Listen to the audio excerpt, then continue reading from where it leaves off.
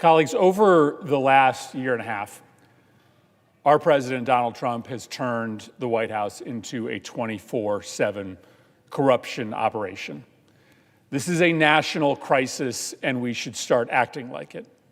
The president's goal is to engage in so much corruption, so much self-enrichment, to hand out so many favors to his friends, his family, and his political allies that it just becomes the pitter-patter of rain.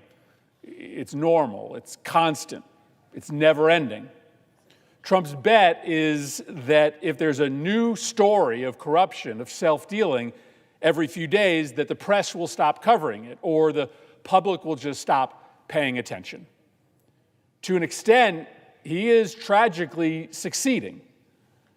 But he's also betting that the public will just come to the conclusion that this is normal because all of our politics are this corrupt, that every senator, that every previous president is this corrupt. That is not true. While I disagree with my Senate Republican colleagues' decision to largely remain silent in the face of this misconduct, it is true that not a single senator on either side of the aisle engages in the behavior that our president does. Senators, Republicans and Democrats, do not trade our votes for cash or for political contributions. We don't run side hustles like crypto companies. Senators don't give contracts to their kids just because we can. And no president in the history of this country has done what Donald Trump has done. No president has done 5% of the self-dealing that Donald Trump has done in the last year and a half. This moment is exceptional. It is a one-of-one moment. And if it becomes normal, if people stop being outraged at what he is doing to enrich himself, then I fear there is no going back. The White House will just become a place to get rich. So I think it's time to pull back and see the full picture. To not view this as just one isolated scandal after another, every single one popping up each week or every few days, but to understand the full scope of this illegality. Last year, I came to the floor to document the first 100 days of Donald Trump's mind-blowing corruption. Since then, especially in 2026, the pace of his misconduct has quickened dramatically. And so I'm here on the floor today, and I'm going to spend more than a few minutes doing this, laying out what has happened since I gave that last speech. This is the story of 500 days of corruption. And I'm going to start on April 7th, 2025. This is when the current acting Attorney General, Todd Blanche,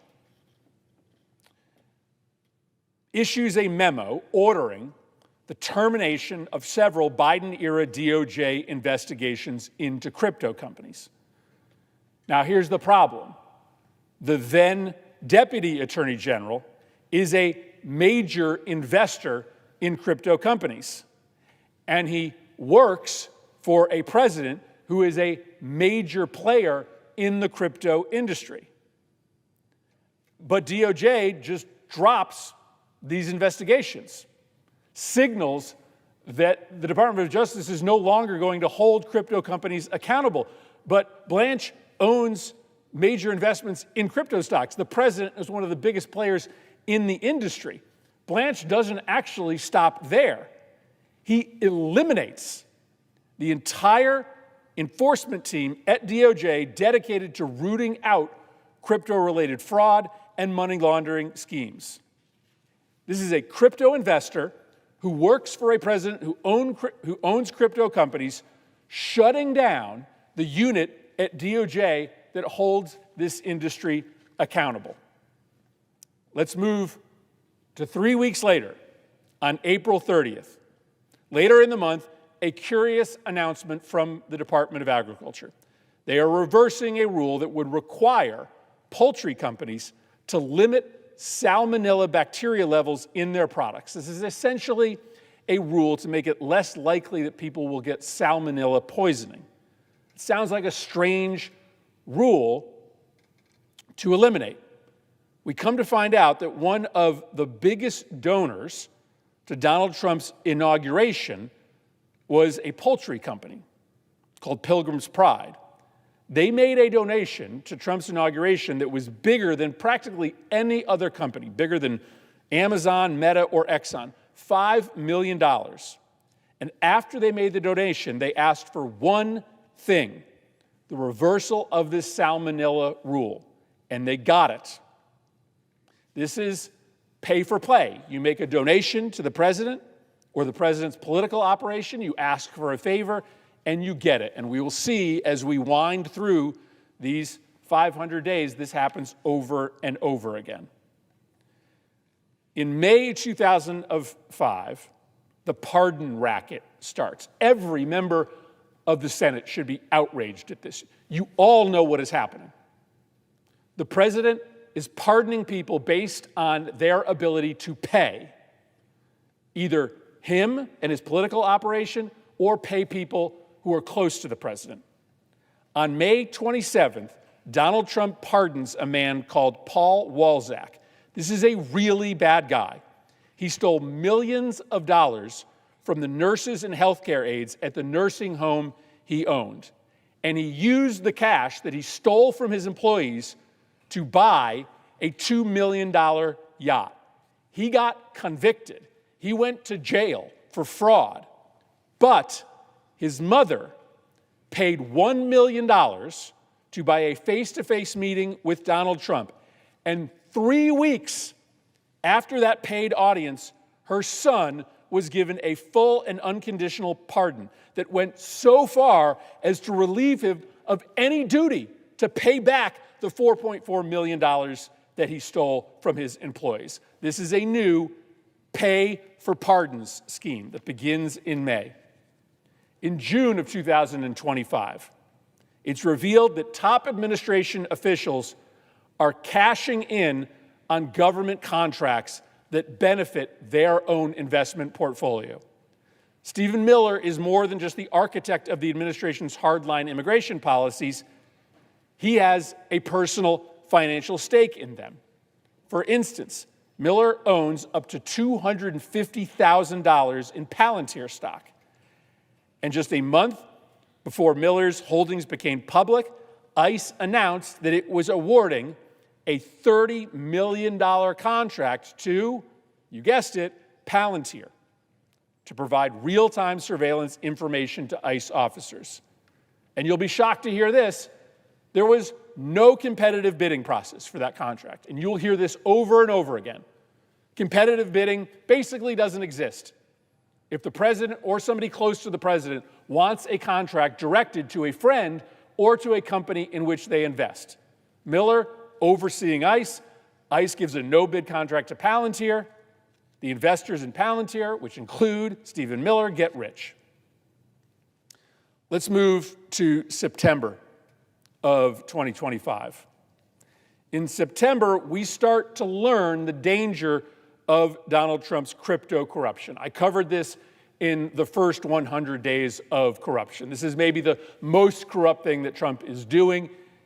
He and his family own a crypto company that issues several crypto coins. There's no disclosure on who is buying those coins.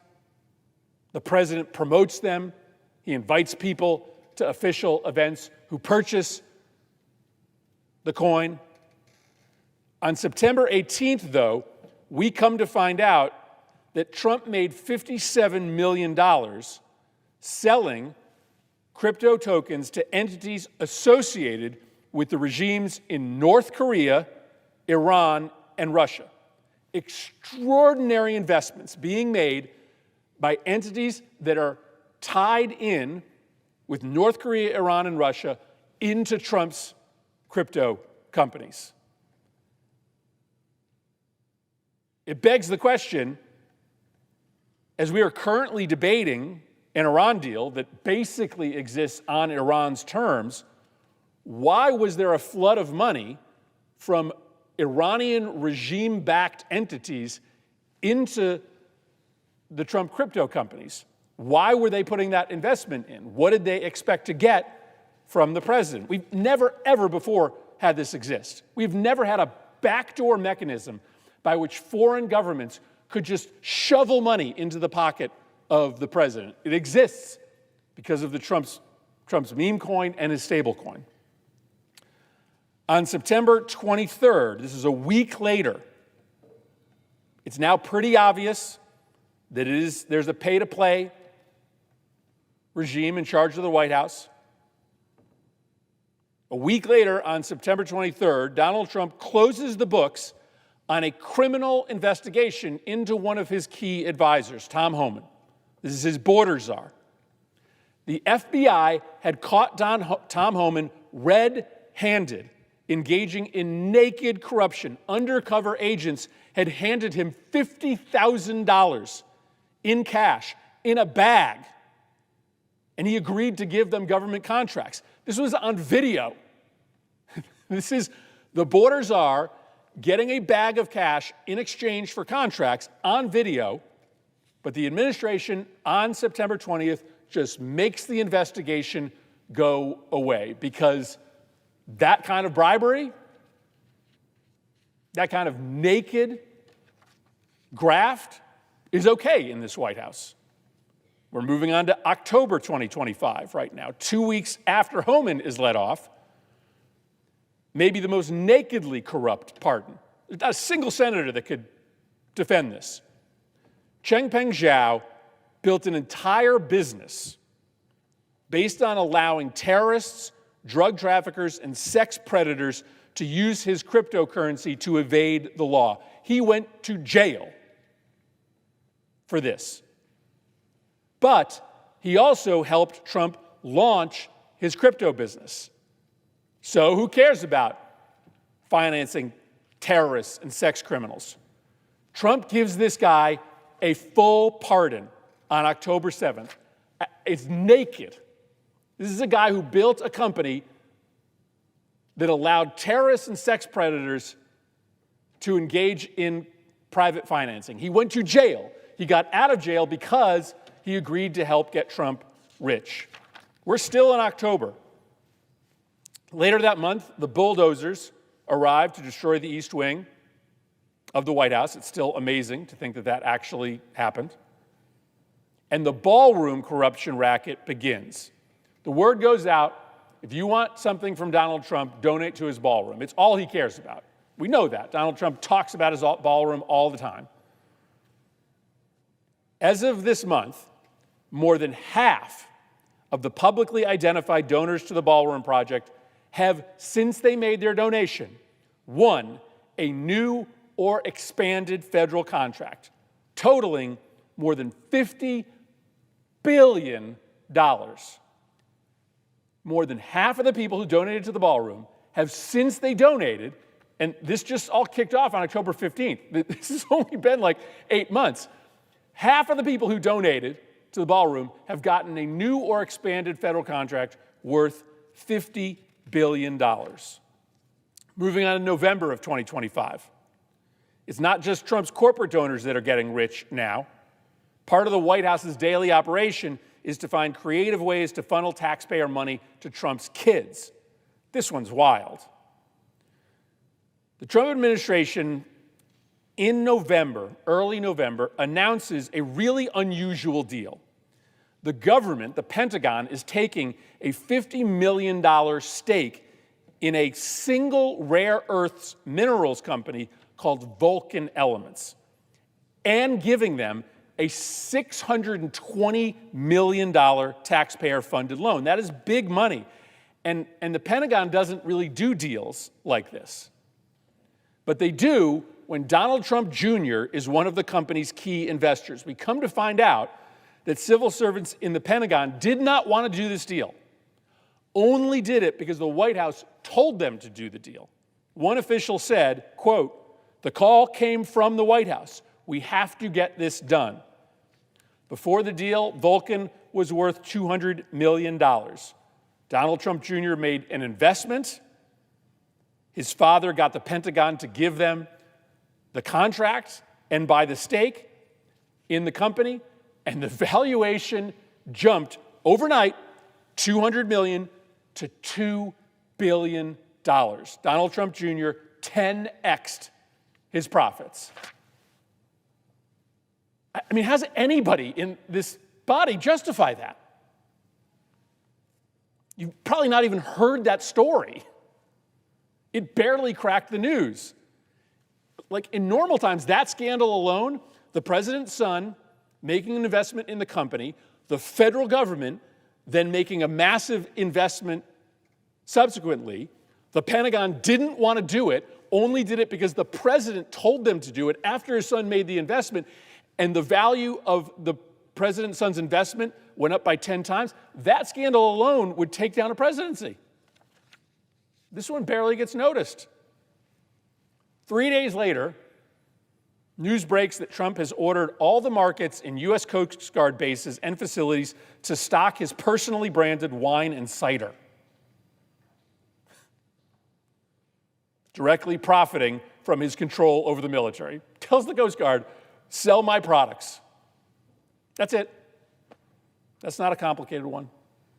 That's just like ordinary ho-hum corruption. Nobody even knows that that happened, that exists, because this all feels normal now. We are not out of November yet, fellas. 2 weeks later, you feel this, right? The pace now is quickening. Trump releases the head of a nursing home empire, Joseph Schwartz, from prison.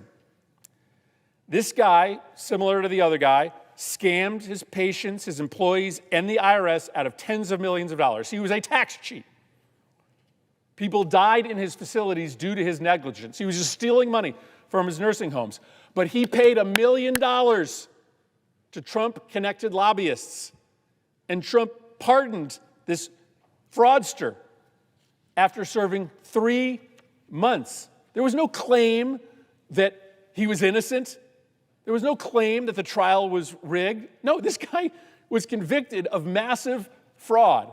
He hurt people, and he got out of jail because he paid the right lobbyists who were connected to Trump. This is how it all works. It's not just Trump getting rich. It's not just Trump's sons getting rich. It's about everybody connected to the president getting rich. This pardon for cash scheme. All right, we're into December now. 2 weeks later, out of the blue, the Trump administration revokes a Biden-era rule, this is back to nursing homes, to ensure that nursing homes have sufficient staffing to meet the basic standards of care. We have a lot of evidence that understaffed nursing homes have higher mortality rates, but this rule is now rescinded. And guess what we find out? We find out that nursing home executives got together, paid to have a private lunch with Donald Trump, because remember, you can pay millions of dollars to Trump-affiliated political entities, and you will get a private audience with them. At lunch, they asked him to revoke this rule, and he immediately ordered it done. No public discussion, no consideration of the merits. The nursing home executives paid the price to get a lunch. They asked for the rule to be rescinded, and the rules got rescinded. No process, had the lunch, paid the money, asked for the rule to be rescinded. Trump called up, and the rule was rescinded. We're now in 2026. On February 10th, Trump announces that this one's wild. He announces on February 10th that he is blocking the opening of a bridge that is ready to open connecting Detroit to Canada. It's ready to open. This is a bridge that's going to help people on both sides of the border. And guess what we find out? The owner of an existing bridge, whose profits would be harmed by the competitor bridge, donated $1 million to get a meeting, this time with Secretary of Commerce Howard Lutnick. And this isn't within days this time, within hours of the meeting with the Commerce Secretary. Hours. The owners of the existing bridge got what they wanted. Trump announced that he would block the opening of the bridge. $1 million, a meeting, and a donor gets what they want within hours. The next month, we start to see that Trump's inner circle knows that they can get in on the action. Very few people are closer to President Trump than Corey Lewandowski. And he is, at the time, the special advisor to the Secretary of the Department of Homeland Security. And Lewandowski is basically like, there are no rules anymore. I can do whatever I want. And so he literally starts to engage in mob-style extortion threats to contractors. He demands direct payments from companies that want DHS contracts for his protection. If you pay me money, I will protect your contracts. And there's plenty of evidence here from the companies themselves who tell the story of when they refuse to pay Lewandowski for protection, mob-style protection. Suddenly, their contracts from DHS dry up. A DHS employee confirmed that he received direct instructions to not give a company that didn't pay Lewandowski any more contracts. In April, another scheme to help Donald Trump's kids. For almost 100 years, it has been illegal to ship handguns through the mail because it's a lot easier for violent criminals to illegally access guns if they can just get those weapons shipped to their front door. But Donald Trump Jr. bought a huge stake in a company that was going to corner the market on the mail order sale of guns. And so Trump's DOJ got to work and declared that this 100-year-old law is magically, all of a sudden, unconstitutional, clearing the way for another company owned or invested in by Donald Trump Jr. to make big bucks by mailing guns.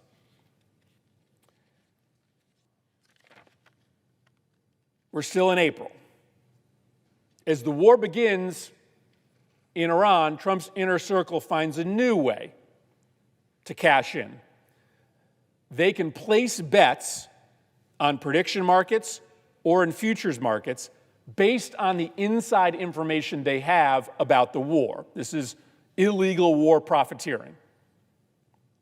Hours before Trump announces the first Iran ceasefire, a bunch of investors, likely inside the White House, placed approximately $950 million on bets that oil prices would fall. When later that day, Trump announced the ceasefire that sent oil prices tumbling by 15%, those investors got filthy rich. You can literally look at the pace of trades that day.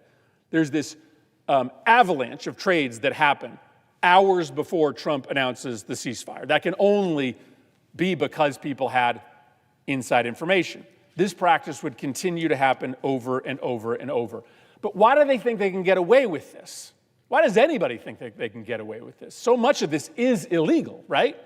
You would say to yourself, nobody would engage in that kind of naked illegal practice. Nobody would award contracts to the kids knowing that that doesn't pass legal muster.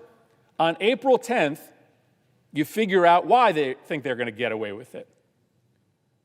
On April 10th, Donald Trump makes an explicit promise that everybody engaged in this corruption will get away with it. Here is his quote on April 10th, as the pace of this corruption increases. Quote, "I will pardon everyone within 200 feet of the White House." So now you understand why people think they can get away with it. This is reported on April 27th, so we're still in April. Trump wants to get all his friends involved in the grift now. So Trump gives a no-bid $17 million contract to refurbish 2 fountains near the White House, including the reflecting pool.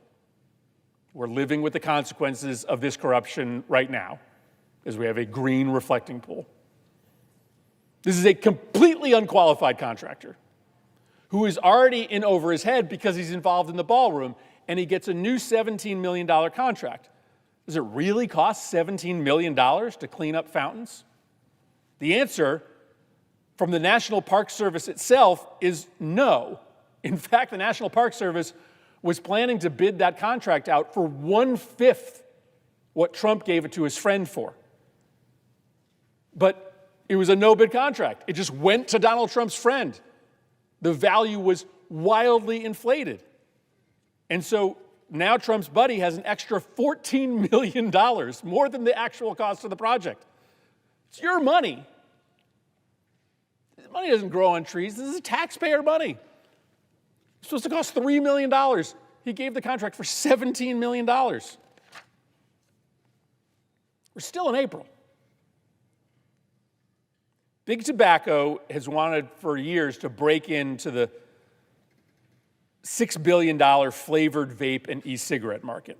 But the FDA, of course, has had regulations to say that you can't sort of run back this old playbook of the tobacco companies marketing to kids.